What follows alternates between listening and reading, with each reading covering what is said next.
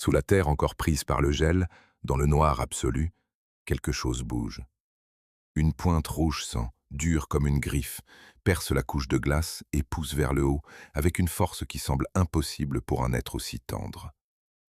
Autour d'elle, le sol est figé à -10 degrés. La plupart des végétaux seraient morts. Elle, non. Elle attendait ce froid. Elle en avait besoin pour vivre. Car voici l'énigme qui va traverser tout ce film. Cette fleur d'une douceur presque irréelle exige un hiver mortel pour seulement pouvoir s'ouvrir. Et elle a survécu à des bouleversements qui ont effacé toute sa parenté sur la terre entière. Bonjour, je suis Augustin Delacroix et vous êtes sur Racines du Monde. Aujourd'hui, notre héroïne s'appelle la pivoine.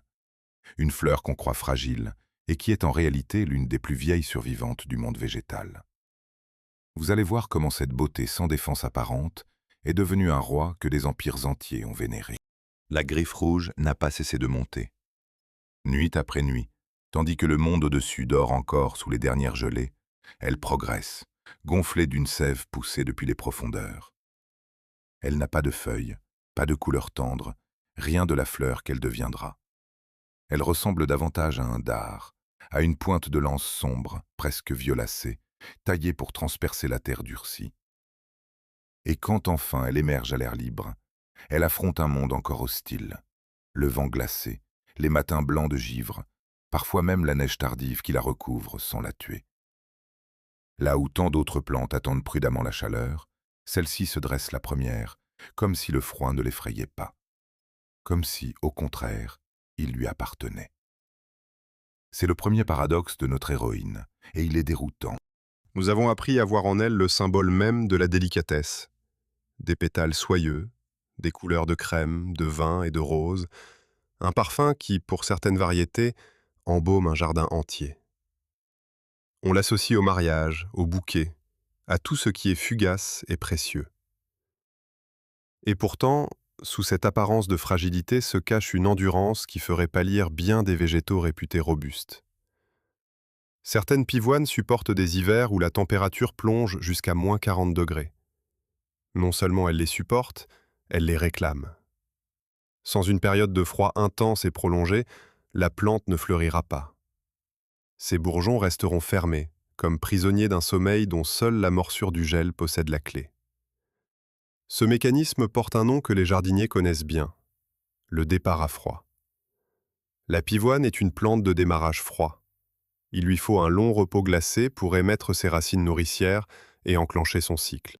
C'est pourquoi, contrairement à presque tout ce que nous cultivons, on ne la plante pas au printemps, mais à l'automne, à l'approche du gel, afin que l'hiver accomplisse son œuvre secrète. Ceux qui l'ignorent et l'installent au beau jour attendent parfois des années une floraison qui tarde à venir. Car cette fleur a ses propres lois, héritées d'un passé que nous commençons à peine à entrevoir. Elle ne se plie pas au calendrier des hommes. Elle obéit à une horloge bien plus ancienne. Regardons-la de plus près, maintenant qu'elle a percé la surface. Ce que l'on prend pour une plante ordinaire est en vérité un athlète de la survie. La partie visible, la tige et les futures fleurs, n'est que la face émergée d'un être dont l'essentiel demeure enfoui. Sous terre s'étend un système de racines épaisses, charnues, gorgées de réserves, capable de nourrir la plante à travers les pires saisons et de la faire renaître année après année. Une pivoine bien installée peut vivre extraordinairement longtemps au même endroit. On connaît des plants qui prospèrent depuis plus d'un demi-siècle sans jamais être déplacés. Et certaines pivoines ligneuses, en Chine, sont réputées avoir traversé plusieurs siècles. Songez à cela.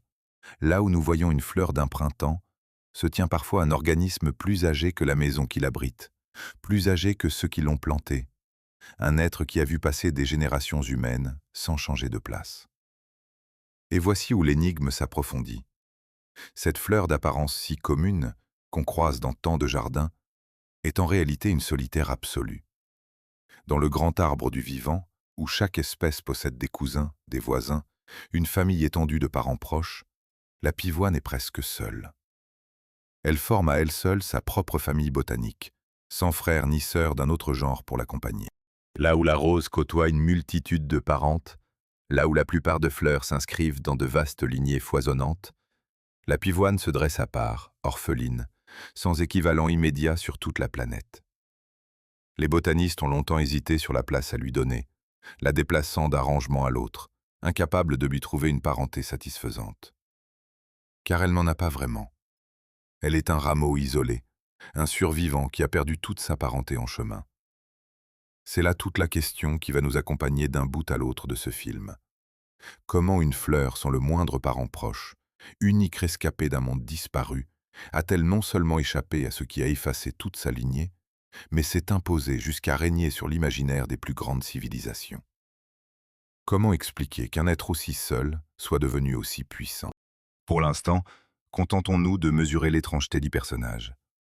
Une beauté réputée fragile, bâtie comme une survivante, une reine des jardins, orpheline dans l'ordre du vivant, une fleur d'un printemps, portée par un organisme qui défie les décennies. Tout, chez elle, tient de ce contraste.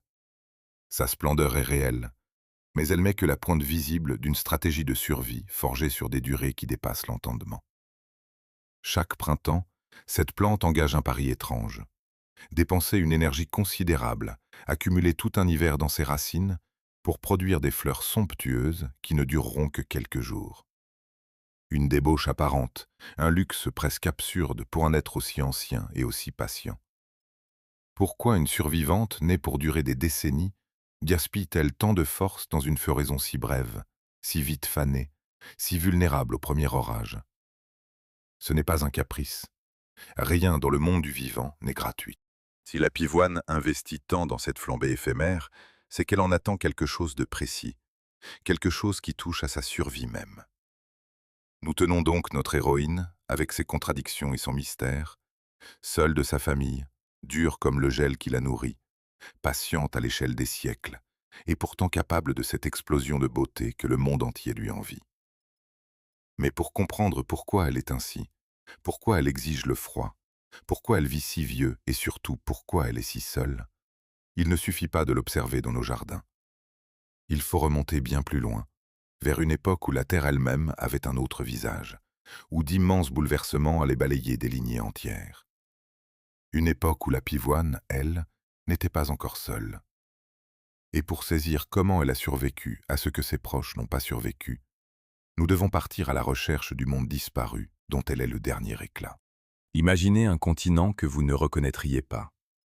Là où s'étendent aujourd'hui des steppes balayées par le vent et des chaînes de montagnes arides, se déroulaient jadis d'immenses forêts tempérées, chaudes et humides, respirant sous un climat plus doux. Des arbres inconnus dominaient le paysage, des animaux depuis longtemps effacés parcouraient les sous-bois, et le ciel lui-même n'avait pas la même couleur d'air. Dans ce monde évanoui, sur les lisières et les pentes ensoleillées, poussait déjà une plante à la fleur ample et lumineuse. Elle n'était pas seule alors. Elle appartenait à une communauté végétale foisonnante, entourée de formes voisines, de lignées parentes qui partageaient avec elle ce monde tiède. Puis le monde a basculé, et de toute cette parenté, une seule a franchi le gouffre du temps. Cette rescapée, c'est notre héroïne. Pour comprendre sa solitude actuelle, il faut mesurer l'ancienneté de sa lignée. La pivoine n'est pas une nouveauté du règne végétal. Elle descend d'une souche très ancienne, apparue il y a des dizaines de millions d'années, à une époque où bien des fleurs modernes n'existaient pas encore sous leur forme actuelle. On la range parmi ces organismes que les naturalistes appellent des fossiles vivants, des êtres qui ont conservé, presque intacts, des traits hérités d'un passé reculé, quand tout autour d'eux a changé, s'est transformé ou a disparu. Regarder une pivoine, c'est donc contempler une fenêtre ouverte sur un monde englouti, un fragment de paysage ancien qui a réussi, contre toute attente, à parvenir jusqu'à nous. Mais que s'est-il passé pour que sa parenté s'efface? Le grand coupable a un nom, la glace. Au cours des derniers millions d'années, la Terre a connu une succession de glaciations, ces longues périodes où le froid gagnait du terrain, où d'énormes calottes de glace descendaient depuis le nord, écrasant tout sur leur passage. Le climat doux qui avait bercé les ancêtres de la pivoine s'est effondré. Les forêts chaudes ont reculé, se sont morcelées, ont disparu par pans entiers. D'innombrables espèces végétales, incapables de s'adapter assez vite ou de fuir devant l'avancée du froid, se sont éteintes. Des lignées entières, patiemment façonnées durant des millions d'années, ont été rayées de la surface du globe. C'est dans ce grand naufrage que la pivoine a perdu ses proches. Ses cousines, ses voisines de lignée, tout ce qui l'accompagnait a sombré. Elle est restée, seule survivante d'un naufrage à l'échelle des continents. Comment a-t-elle tenu quand tant d'autres ont péri? Ici se noue le nœud secret de son histoire, et la réponse tient en un mot: le refuge. Lorsque la glace avançait, certaines régions étaient épargnées, protégées par le relief ou par une exposition favorable. Des vallées abritées, des versants de montagnes orientés vers le soleil, des poches de terrain où le climat demeurait vivable formaient autant d'îlots de survie au milieu d'un monde glacé. Ce sont ces refuges qui ont sauvé notre héroïne. Là, tapie dans les montagnes d'Eurasie, de l'Extrême-Orient jusqu'aux confins de la Méditerranée, la pivoine a attendu. Elle s'est accrochée aux pentes rocailleuses, aux terrains ingrats que d'autres dédaignaient, et elle a traversé les âges de glace en résistant, saison après saison, siècle après siècle, glaciation après glaciation. Et c'est là que le paradoxe de la première partie trouve sa clé. Souvenez-vous, cette fleur d'apparence si tendre exige le froid pour vivre, réclame un hiver mortel pour seulement s'ouvrir. Nous comprenons désormais pourquoi. Cette exigence n'est pas une bizarrerie, c'est la cicatrice des glaciations, gravée dans la chair même de la plante. Une pivoine qui vit encore aujourd'hui est l'héritière directe de celles qui ont survécu aux hivers monstrueux. Le froid ne l'effraie pas, parce que le froid a été son école, son épreuve et son tamis. Génération après génération, seules passaient celles qui savaient supporter le gel, dormir sous la glace et repartir de plus belle au dégel. Ce besoin de froid n'est donc pas une faiblesse, c'est un souvenir, la mémoire vivante d'un monde de glace, inscrite dans une fleur qu'on croyait faite pour les jardins tranquilles. Cette endurance a un revers, cependant, et il éclaire un autre trait de notre héroïne. Survivre aux glaciations dans des refuges isolés, coupés les uns des autres par des étendues hostiles, a un prix. Les populations de pivoines se sont retrouvées fragmentées, dispersées dans des poches lointaines, sans grand contact entre elles. C'est en partie ce qui explique son isolement dans l'arbre du vivant. Non seulement ses proches parents ont disparu, mais les survivantes elles-mêmes ont vécu séparées, chacune dans son sanctuaire montagnard. La pivoine que nous admirons est le fruit de cette histoire de solitude et de résistance. Un être qui a payé sa longévité au prix de l'isolement. Il reste pourtant une question que ce récit soulève sans la résoudre.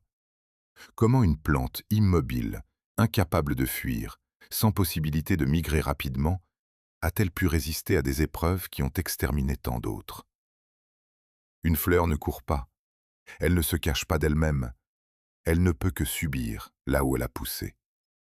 Et pourtant, celle-ci a subi les glaciations et en est sortie vivante. Le secret de cette résistance ne se lit pas dans ses pétales, si beau soit-il. Il ne se trouve pas dans la partie que nous admirons, ni dans la fleur, ni dans le feuillage. Il est ailleurs, plus bas, hors de notre regard. Car la véritable force de la pivoine, celle qui lui a permis de franchir les âges de glace et de nous parvenir intacts, est enfouie sous la terre, dans un organe silencieux et têtu, qui survit à ses propres fleurs et qui traverse les décennies comme s'il défiait le temps lui-même. Prenez une bêche et enfoncez-la avec précaution au pied d'une vieille pivoine, puis dégagez lentement la terre. Ce que vous mettez au jour n'a plus rien de tendre ni de gracieux. Sous la surface s'étend une masse épaisse, brune, noueuse, aussi ferme qu'une racine de vieil arbre. Des racines charnues, larges comme des doigts, parfois comme un poignet, plongent dans le sol et s'entrelacent en un réseau dense et puissant. C'est lourd, c'est compact, c'est presque brutal. Rien, à cet instant, ne laisse deviner la fleur soyeuse qui couronnera ce monstre souterrain au printemps. Et pourtant, c'est ici, dans cette masse ingrate que personne ne songe à admirer, que réside le véritable héros de notre histoire. La fleur n'est que la vitrine, la forteresse est en dessous. Car il faut renverser notre regard. Nous croyons que la pivoine est une fleur. En vérité, la pivoine est une racine. Tout ce que nous célébrons à la surface, les pétales, le parfum, la tige dressée, n'est qu'une émanation saisonnière, une dépense de l'année, vouée à faner et à disparaître. Ce qui demeure, ce qui constitue l'être véritable et durable, c'est ce système racinaire massif, gorgée de réserve. Les jardiniers qui connaissent bien cette plante le répètent volontiers. La pivoine, c'est avant tout un bon système de racines.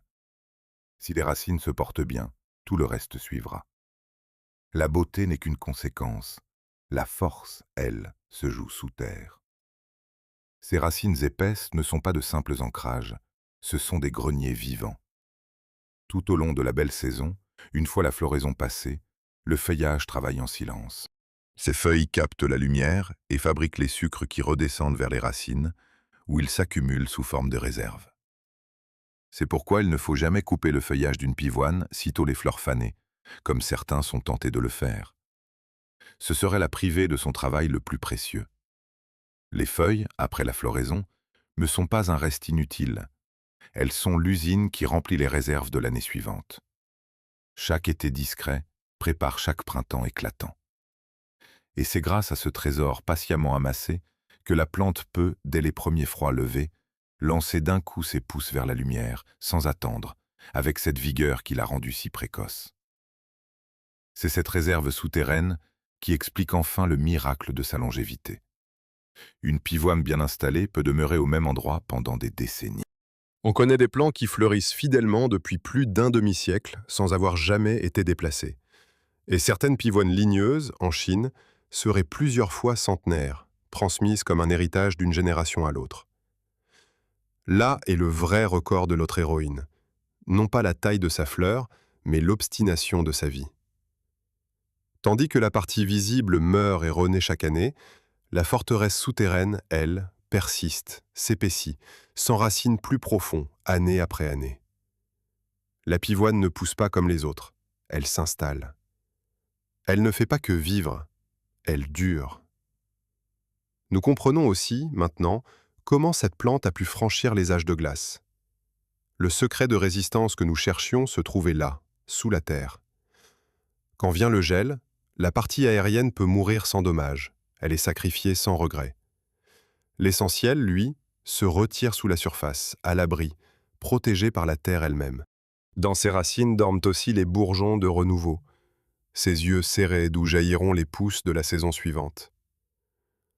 C'est cette capacité à tout replier sous terre, à se réduire à sa forteresse et à attendre, qui a permis à la pivoine de traverser les hivers monstrueux, là où d'autres, incapables de se protéger ainsi, ont péri.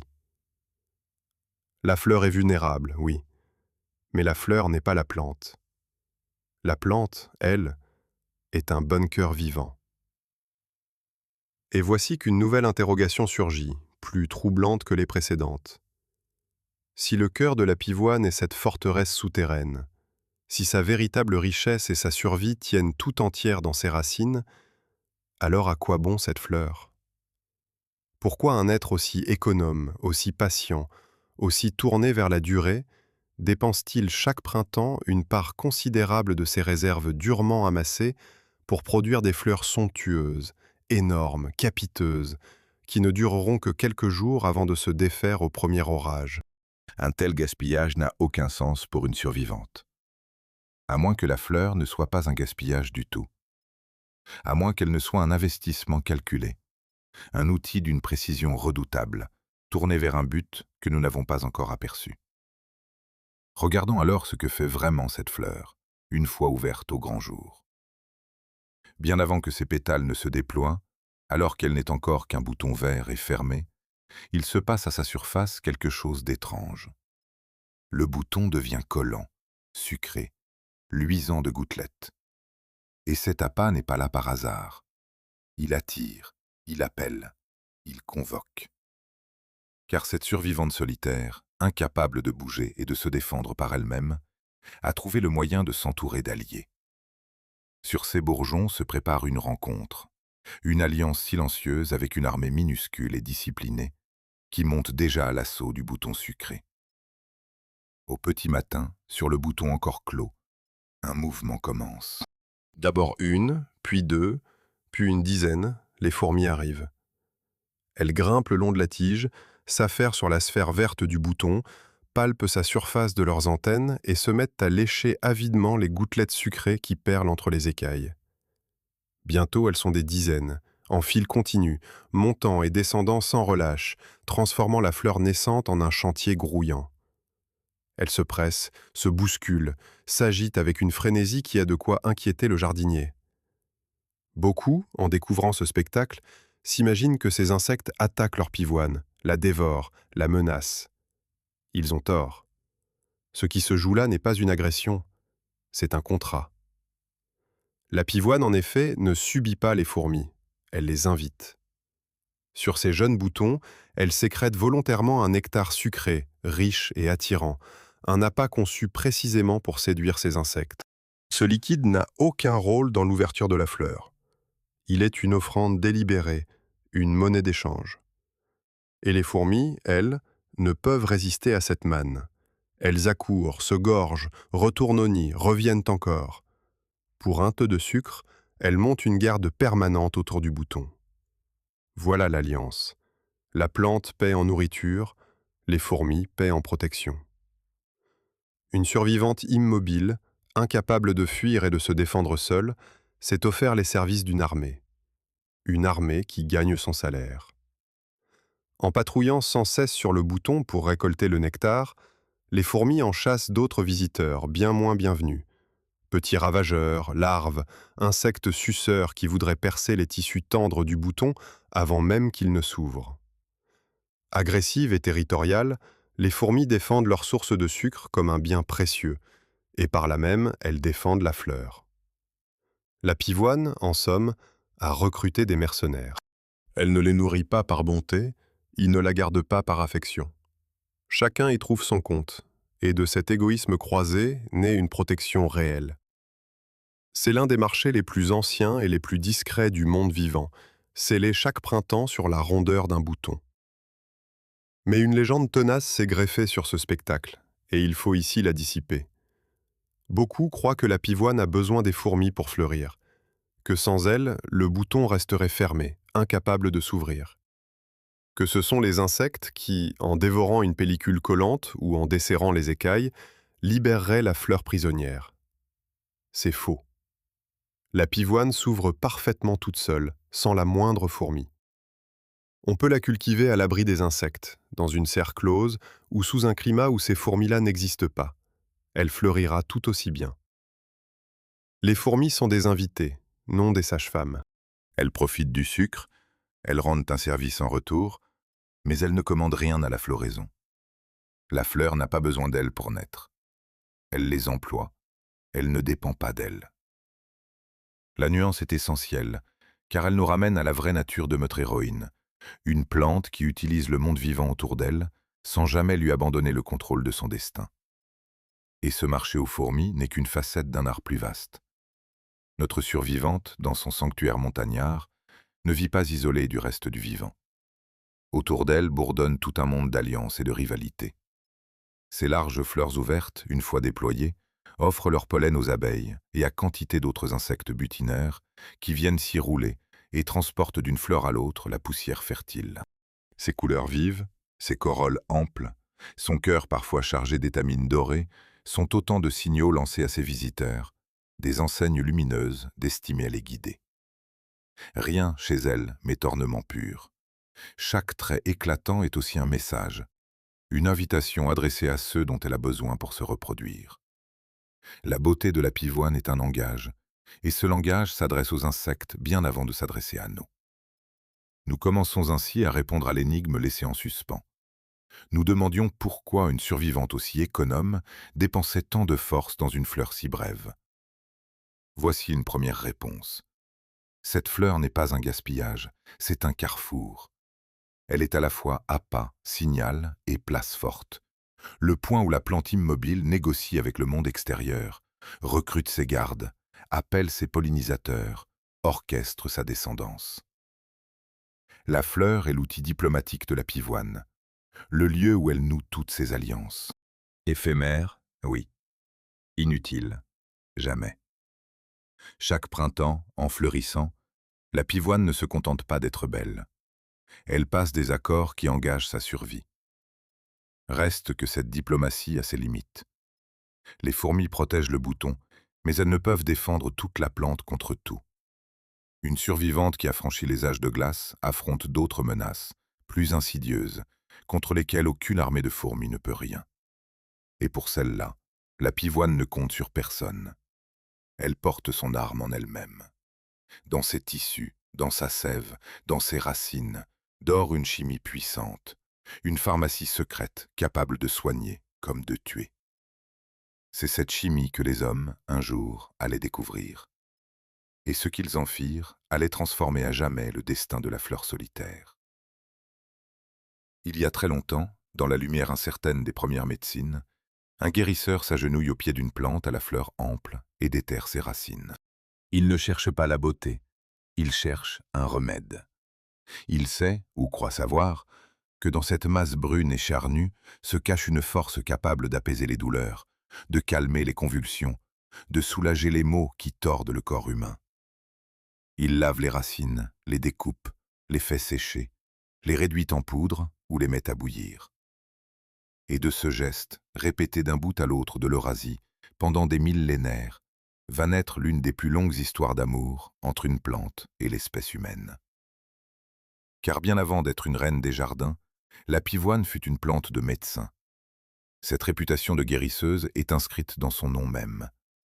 Le mot pivoine renvoie à Péon, le médecin des dieux dans les récits de la Grèce antique, celui qui soignait les blessures des immortels eux-mêmes.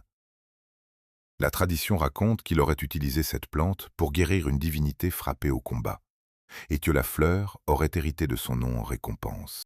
Peu de végétaux peuvent se targuer d'un tel parrainage. Notre héroïne porte, gravé dans son appellation, le souvenir d'un dieu guérisseur. Pendant des siècles, en Europe, on lui prêta des vertus quasi magiques. On croyait qu'elle protégeait des tempêtes, éloignait les mauvais esprits, préservait des convulsions. On suspendait ses racines au cou des enfants comme une amulette. La pivoine n'était pas seulement une plante, c'était un talisman. Derrière la légende, pourtant, se cache une réalité chimique bien concrète. Les racines de la pivoine renferment des substances actives puissantes, de véritables composés capables d'agir sur le corps vivant. L'une d'elles, extraite précisément de cette plante et qui porte d'ailleurs un nom dérivé du sien, agit sur les muscles, la circulation et le système nerveux. Dans la médecine traditionnelle d'Extrême-Orient, la racine de pivoine figure depuis plus de 2000 ans parmi les remèdes classiques, employés dans d'innombrables préparations pour apaiser les spasmes, les douleurs et les troubles de la circulation. Ce n'était donc pas une simple superstition. Les guérisseurs anciens, à tâtons, avaient mis la main sur une plante réellement bioactive, dont la science moderne étudie encore les composés. La magie prêtée à la pivoine n'était que le visage ancien d'une pharmacologie véritable.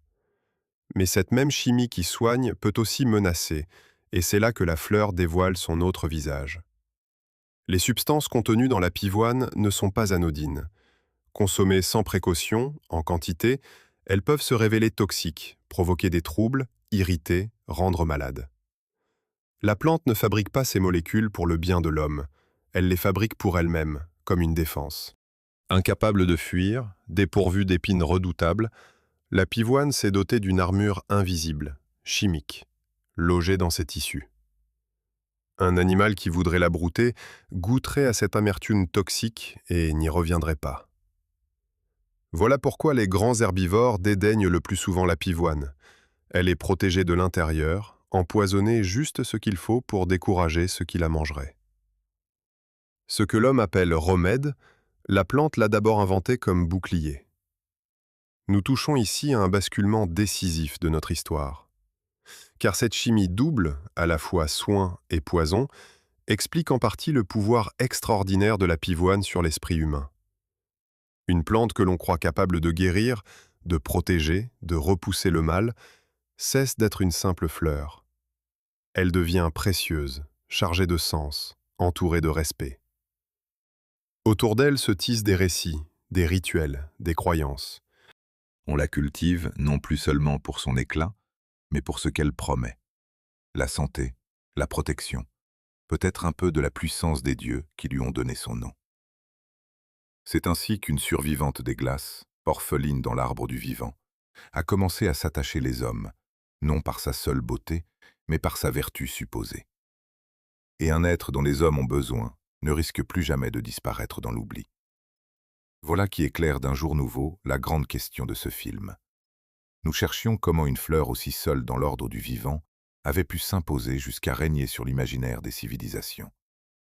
Une part de la réponse se dessine. La pivoine n'a pas séduit seulement les yeux, elle a captivé les corps et les esprits. Guérisseuse, protectrice, chargée de mystère, elle est devenue indispensable là où d'autres fleurs n'étaient qu'agréables. Son alliance avec l'homme ne s'est pas fondée sur le caprice esthétique, mais sur le besoin. Et le besoin est un lien bien plus solide. La solitude de la pivoine dans la nature s'est trouvée compensée, au fil des siècles, par une multitude d'alliés humains qui avaient tout intérêt à la garder vivante. Or, chez un peuple en particulier, cet attachement allait dépasser tout ce que l'on peut imaginer. Là-bas, la pivoine ne fut pas seulement un remède parmi d'autres, ni même un talisman. Elle fut élevée au rang de souveraine, célébrée par les poètes, peinte par les plus grands artistes, réclamée par les empereurs eux-mêmes. Une nation entière allait couronner cette fleur et, pour elle, remodeler des jardins, des villes et des paysages. La survivante solitaire s'apprêtait à devenir un roi. Dans une cité impériale d'Extrême-Orient, il y a plus de 1000 ans, une foule se presse au printemps.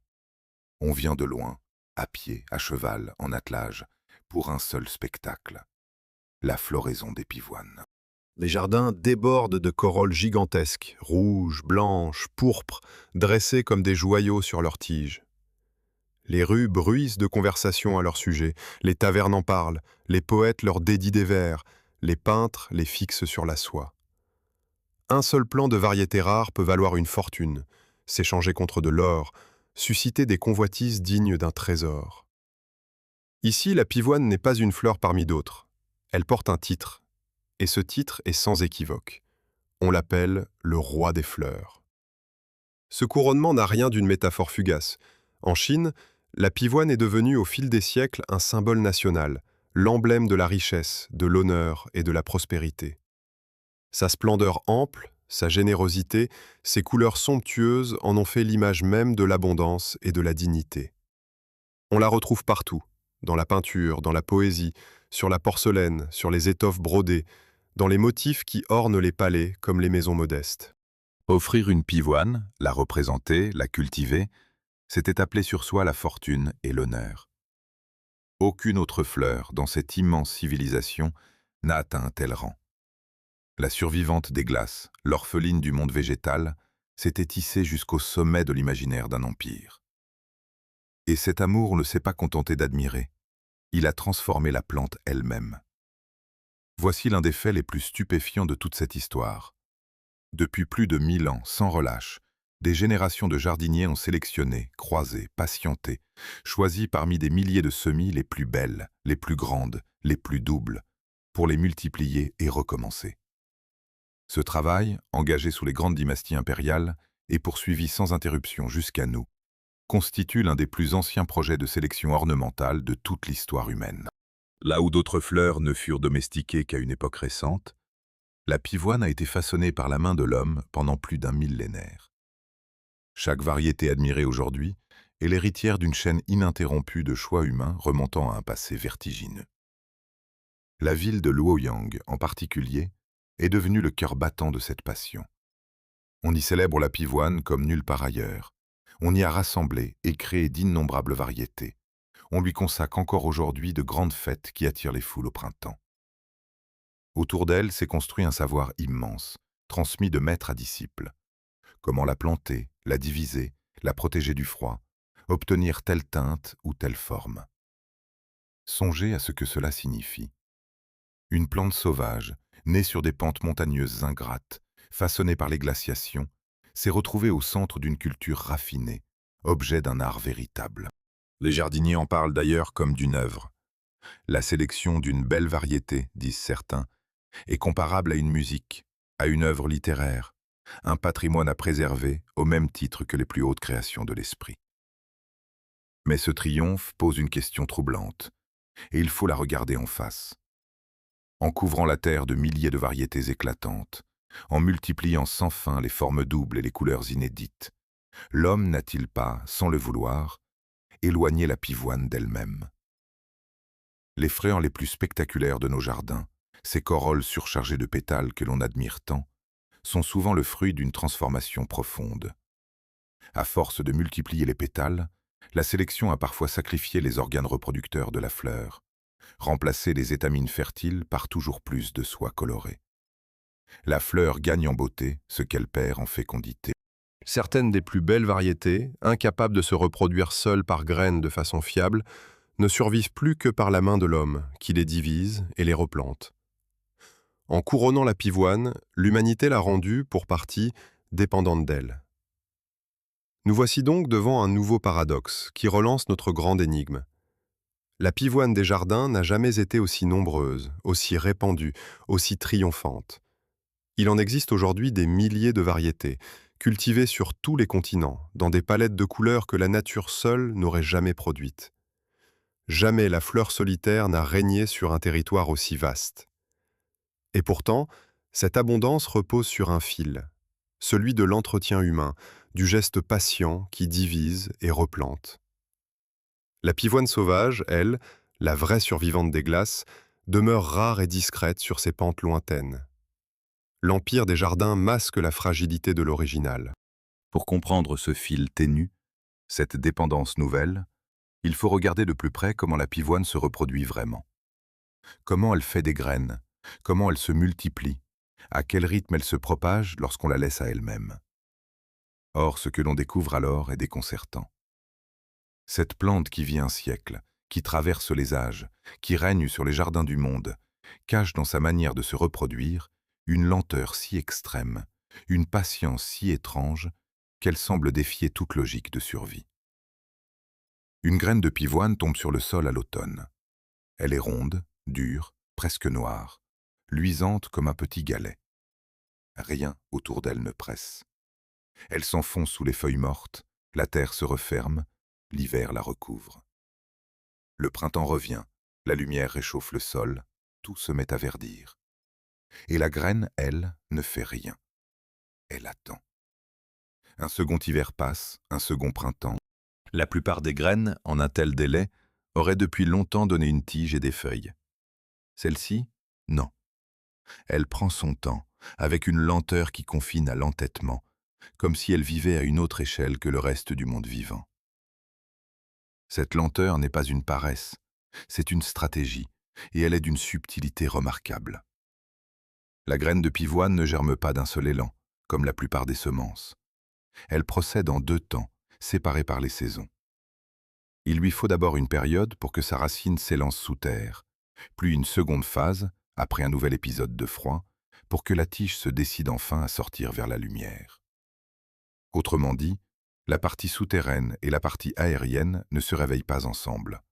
Elles s'éveillent l'une après l'autre, chacune attendant son signal, chacune exigeant son hiver. C'est pourquoi les graines de pivoine lèvent si souvent la 2e, voire la 3e année seulement. Là où d'autres plantes explosent en quelques jours, la pivoine met des saisons à seulement pointer hors de terre. Et ce n'est là que le début d'une très longue patience.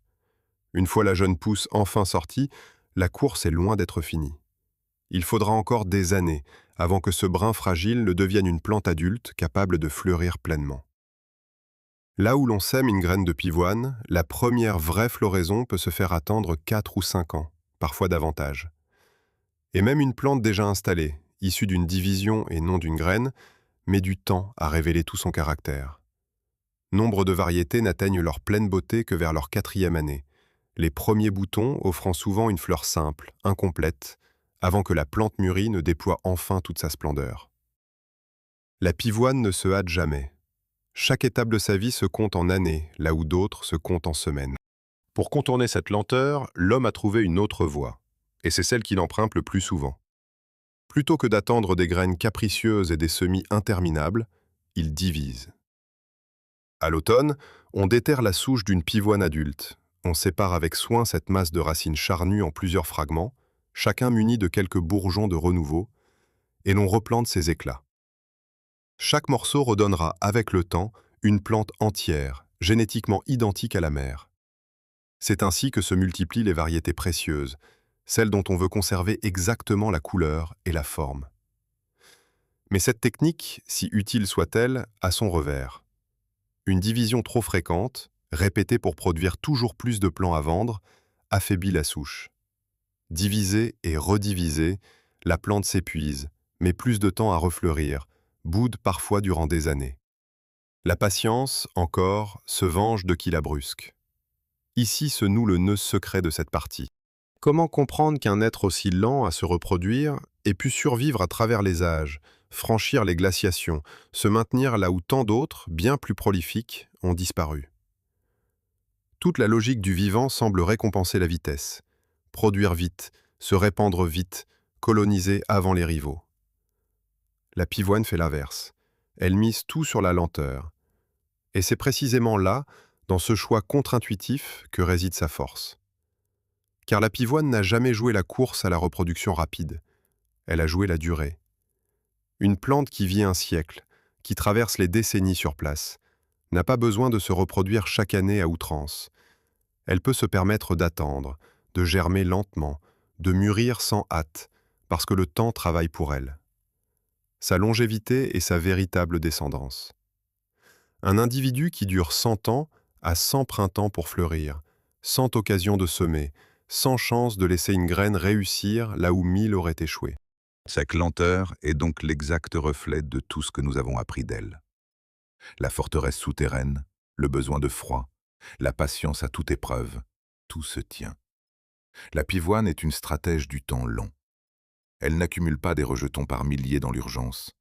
Elle investit chaque année dans sa propre pérennité, épaississant ses racines, consolidant sa place, attendant le bon moment.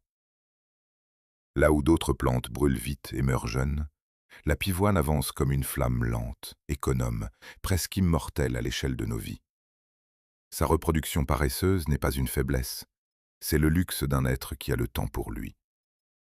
Mais cette même lenteur a un prix redoutable, et il faut à présent le regarder en face. Un être qui met des années à s'établir, qui fleurit tard et se reproduit avec parcimonie, est terriblement vulnérable au moindre coup dur. Il ne peut pas se refaire rapidement, ni compenser une perte par une reproduction massive. Qu'un ennemi frappe au mauvais moment, qu'une maladie s'installe, qu'un hiver ou un printemps se dérègle, et c'est tout l'édifice patient de la pivoine qui vacille.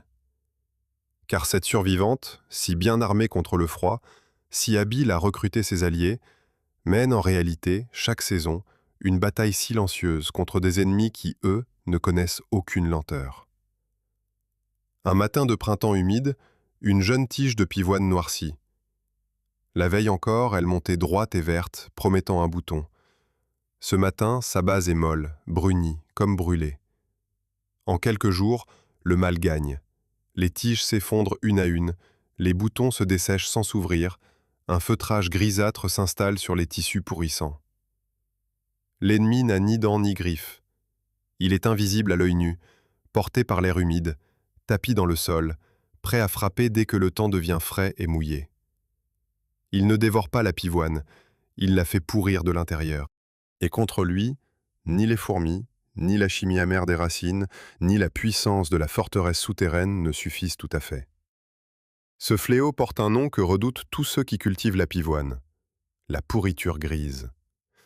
C'est une maladie causée par un champignon microscopique qui prospère dans la fraîcheur humide du printemps, précisément la saison où la pivoine déploie ses tissus les plus tendres.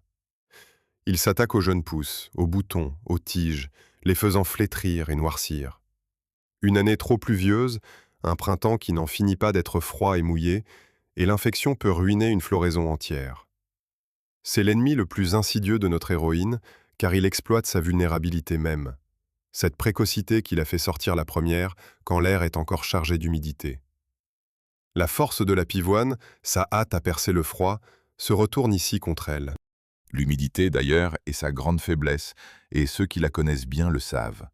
Ce que la pivoine redoute par-dessus tout, ce n'est pas le gel, c'est l'eau stagnante. Une pivoine plantée dans un sol détrempé, où l'eau croupit autour de ses racines, dépérit.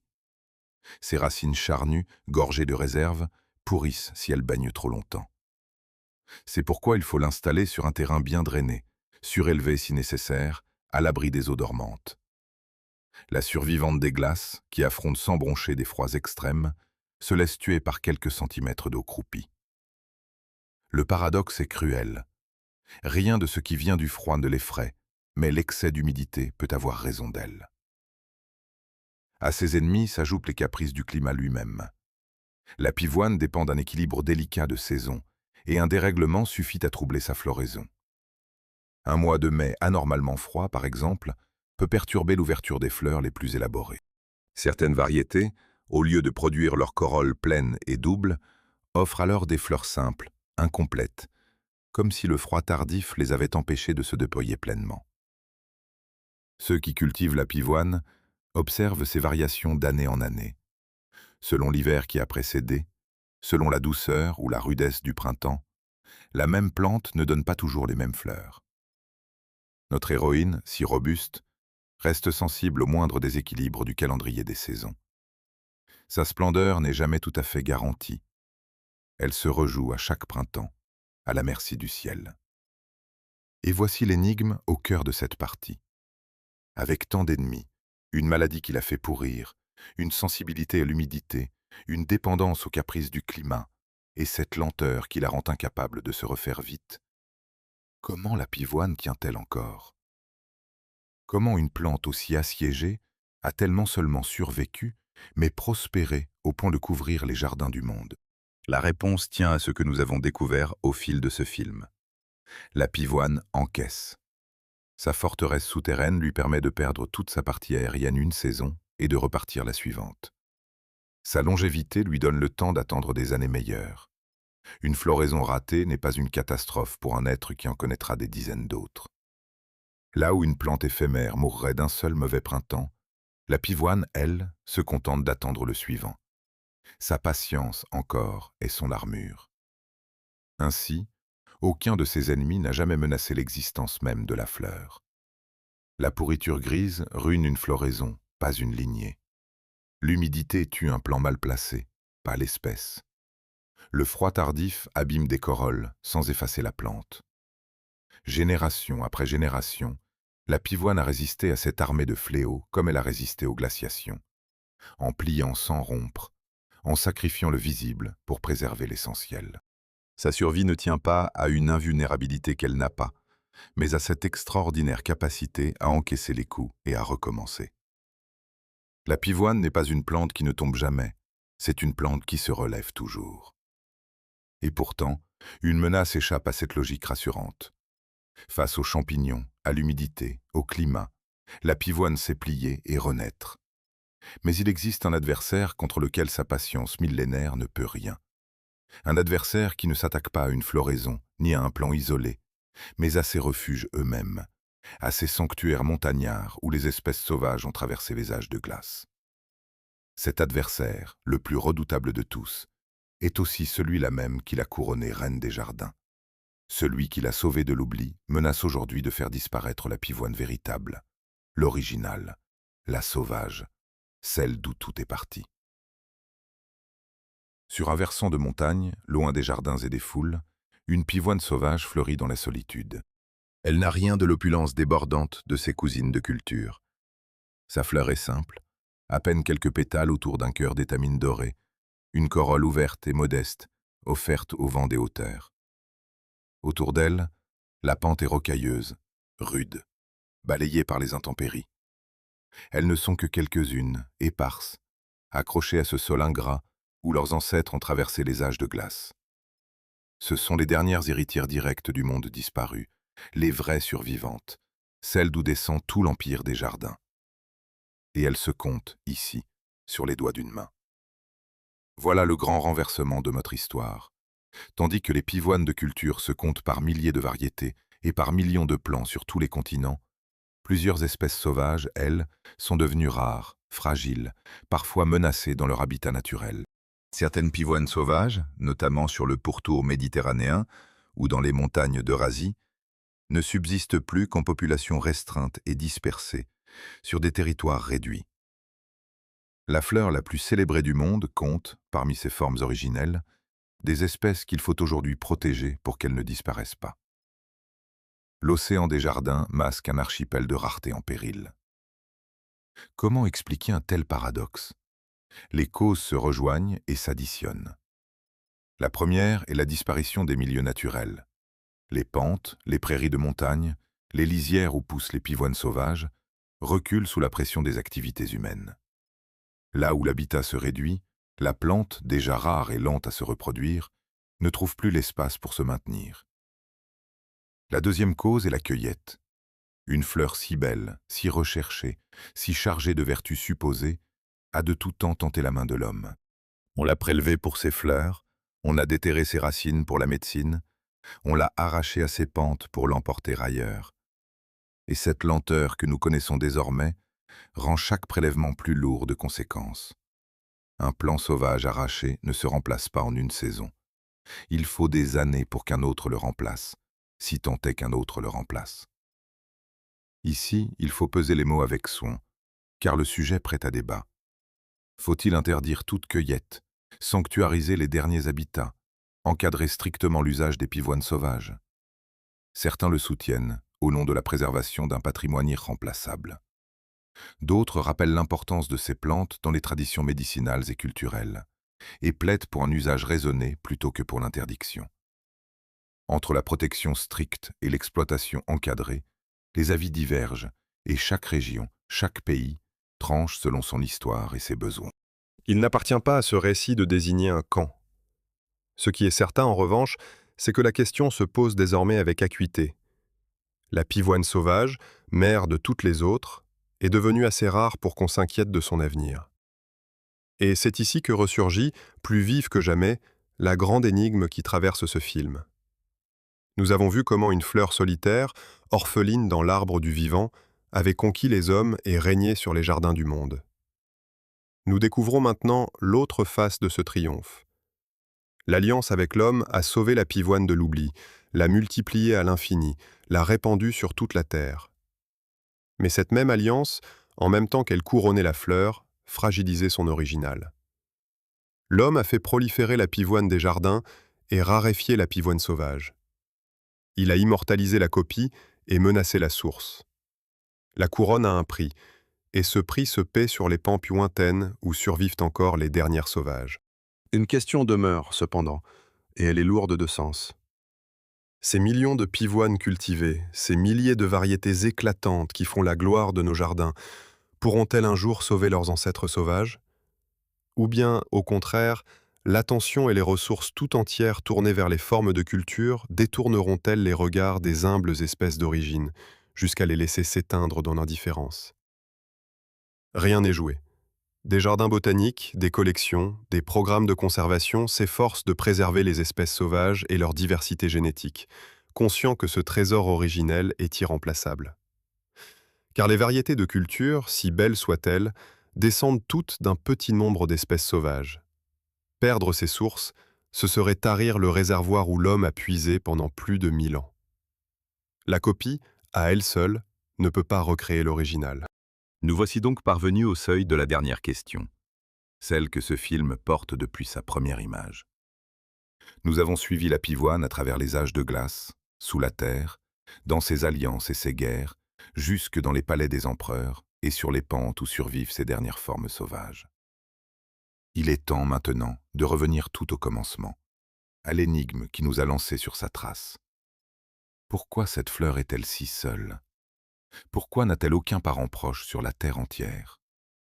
Et surtout, comment cette solitude, qui aurait dû être sa perte, est-elle devenue le secret même de sa survie? Retournons une dernière fois là où tout a commencé. Sous la terre encore gelée, la griffe rouge perce la glace et monte vers la lumière, seule, sans pareille, portée par une force que rien alentour ne partage. Nous la connaissons mieux désormais.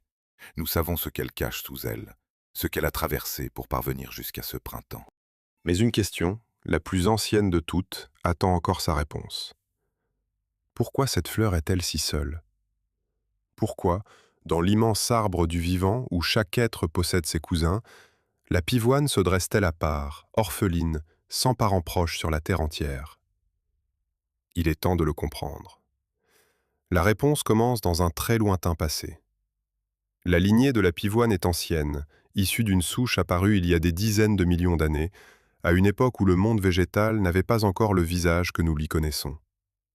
Cette lignée a suivi son propre chemin, séparée très tôt du reste des plantes à fleurs, développant des traits qui n'appartiennent qu'à elle. Les botanistes, longtemps, ont cherché où la ranger, à quelle famille la rattacher. Ils l'ont déplacée d'un groupe à l'autre, l'ont comparée à ceci, à cela, sans jamais trouver de parenté vraiment satisfaisante. Et pour cause, la pivoine ne ressemble à aucune autre au point de partager sa maison. Elle forme à elle seule sa propre famille botanique. Elle est un rameau isolé, poussé à l'écart, qui a survécu quand tout ce qui l'entourait sur sa branche a disparu.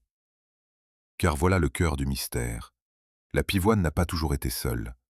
Elle a eu jadis des voisins de lignée, des formes apparentées qui partageaient son monde tiède sur les lisières des forêts anciennes. Mais les grands bouleversements du climat, les glaciations qui ont refroidi et transformé les continents, ont fauché cette parenté. Les proches de la pivoine, incapables de résister ou de trouver refuge, se sont éteints les uns après les autres. Ils ont sombré dans le grand naufrage des espèces, emportant avec eux tout ce qui aurait pu tenir compagnie à notre héroïne. La pivoine, elle, est restée. Sa solitude n'est pas un caprice de la nature, c'est une cicatrice. Elle est seule parce qu'elle est la dernière. Seule parce qu'elle a survécu à ce qui a tué sa famille. Et c'est ici que se noue la vérité la plus surprenante de toute cette histoire. Cette solitude, qui aurait dû être une malédiction, s'est révélée le secret même de sa survie. Réfléchissons à tout ce que nous avons découvert. La pivoine a survécu parce qu'elle savait se replier dans sa forteresse souterraine et sacrifier sa partie visible. Elle a survécu parce qu'elle avait fait du froid non pas un ennemi, mais une condition de sa vie. Elle a survécu parce qu'elle misait sur la durée plutôt que sur la vitesse, sur un siècle de vie plutôt que sur une reproduction effrénée. Elle a survécu parce qu'elle s'était dotée d'une chimie protectrice, parce qu'elle savait recruter des alliés, parce qu'elle pliait sous les coups sans jamais rompre. Chacun de ces traits, patiemment forgés, est ce qui a fait d'elle une exception. Et une exception, par définition, est seule. La pivoine est orpheline précisément parce qu'elle est allée là où nul autre de sa lignée n'a su la suivre. Il y eut pourtant un second sauvetage, et celui-là ne devait rien aux glaciations. Alors que la pivoine sauvage se maintenait à grand-peine dans ses refuges de montagne, rares et dispersés, les hommes l'ont découverte. Ils ont vu sa beauté, éprouvé sa vertu, deviné sa puissance. Et ils s'y sont attachés comme à peu de plantes. Ils l'ont soignée, multipliée, célébrée, couronnée reine des jardins. Ce que la nature avait rendu rare, l'homme l'a rendu innombrable. La fleur solitaire, qui n'avait plus de parenté dans le monde sauvage, s'est trouvée une immense famille d'alliés humains, répartis sur tous les continents, résolus à la garder vivante. Voilà comment un être aussi seul est devenu aussi puissant. Sa solitude dans la nature a été compensée par une alliance sans égale avec notre espèce. La pivoine a perdu sa famille de sang, et elle a gagné une famille d'adoption à l'échelle du monde entier. Telle est donc la réponse à la grande énigme de ce film. Comment une fleur sans le moindre parent proche, unique rescapée d'un monde disparu, a-t-elle non seulement survécu à ce qui a effacé toute sa lignée, mais s'est imposée jusqu'à régner sur l'imaginaire des plus grands empires? Parce que sa solitude et sa survie sont une seule et même chose. Parce qu'elle a fait de chacune de ces différences une force. Parce qu'elle a traversé la glace en dernière de sa lignée, puis conquis le cœur des hommes en première de toutes les fleurs. La pivoine n'est pas seule malgré sa force, elle est seule à cause de sa force. Elle est ce rare survivant qui, ayant tout perdu, a tout recommencé, et transformé son isolement en une forme d'immortalité.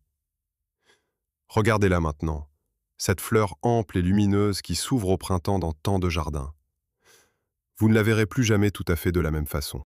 Sous sa douceur soyeuse se cache une survivante des âges de glace, une orpheline du monde végétal, une reine que des empires ont vénérée, un être plus vieux et plus têtu qu'il n'y paraît.